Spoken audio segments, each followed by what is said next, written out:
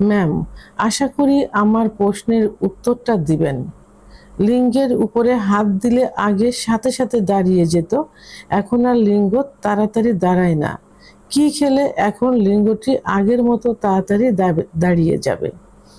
ধন্যবাদ ভাইয়া সুন্দর একটা কমেন্ট করার জন্য। রমজানুল মোবারক।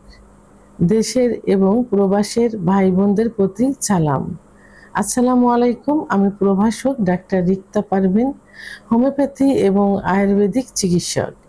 চেম্বার সেবা হোমিও কমপ্লেক্স অ্যান্ড সেবা ডিজিটাল ল্যাব, উপজেলা মডেল মসজিদের পূর্ব পাশে, শিমুলিয়া, মাগুরা।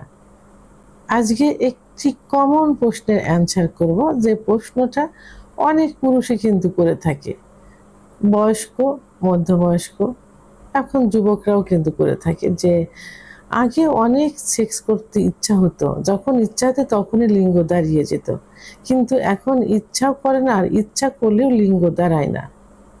ঠিক এমনই একটা প্রশ্ন কোনো এক শুভাকাঙ্ক্ষী আজকে আমাকে করেছে না। ওনার কমেন্টের সারমর্ম হলো যে ওনার মানে লিঙ্গে হাত দিলে, অর্থাৎ ইচ্ছা হলে অথবা যে কোনো কারণে লিঙ্গ স্পর্শ করলে ওনার লিঙ্গ দাঁড়িয়ে যেত, কিন্তু এখন দাঁড়াচ্ছে না। এর জন্য উনি কি করতে পারে?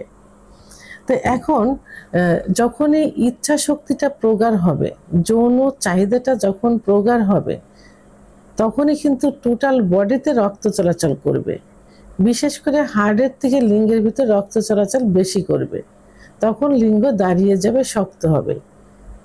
কিন্তু এই ইচ্ছা শক্তি যখন কমে যাবে, প্রগাঢ় না হবে, ইচ্ছা হচ্ছে কিন্তু কম, এই কম ইচ্ছা শক্তিতে কিন্তু ব্লাড সার্কুলেশনটা ওইভাবে হতে পারে না। অর্থাৎ ইচ্ছা শক্তিটা প্রগাঢ় হতে হবে, বেশি হতে হবে, উত্তেজনাটা বেশি হতে হবে। যখনই হবে তখনই রক্ত চলাচল করবে, আর তখনই কিন্তু লিঙ্গ দাঁড়িয়ে যাবে। তাহলে আপনাদের যাদের এই সমস্যা হচ্ছে, তাদের ইচ্ছা শক্তি কমে গেছে, অর্থাৎ ইচ্ছা মৃদুভাবে হলেও প্রগাঢ়ভাবে হচ্ছে না, এবং ব্লাড সার্কুলেশনটা কমে গেছে, যে কারণে আপনাদের লিঙ্গের উত্থান হচ্ছে না। এখন এই ব্লাড সার্কুলেশনটা কেন কমে যায়, ইচ্ছা শক্তিটা কেন কমে যায়?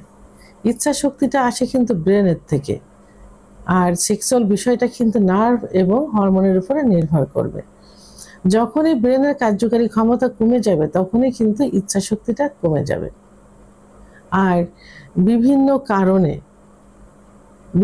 কারণে দেখা গেছে লিঙ্গের যে শিরাগুলো থাকে, শিরাগুলো প্রসারিত না থেকে সংকুচিত হয়ে যায়।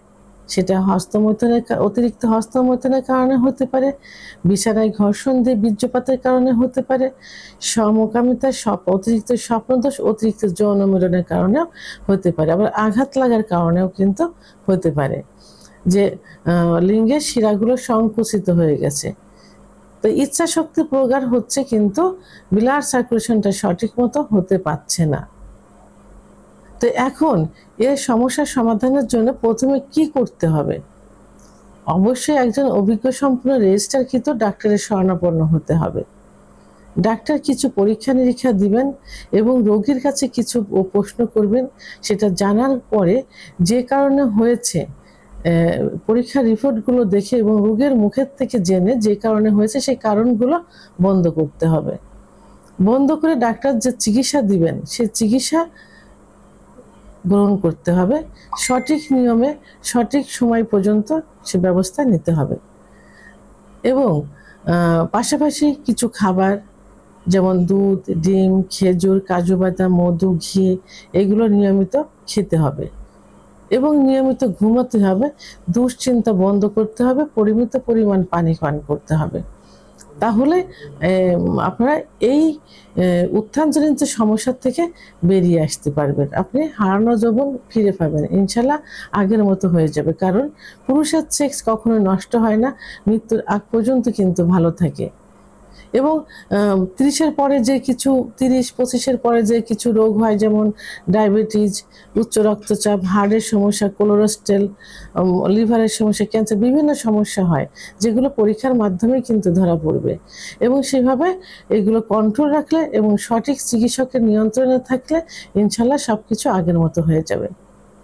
ভিডিওটি সম্পর্কে যদি কোনো মতামত থেকে থাকে অবশ্যই কমেন্টসের মাধ্যমে জানাবেন। আর ভিডিওটি ভালো লাগলে লাইক, কমেন্ট, সাবস্ক্রাইব করে আমার সঙ্গে থাকুন। আল্লাহ হাফেজ।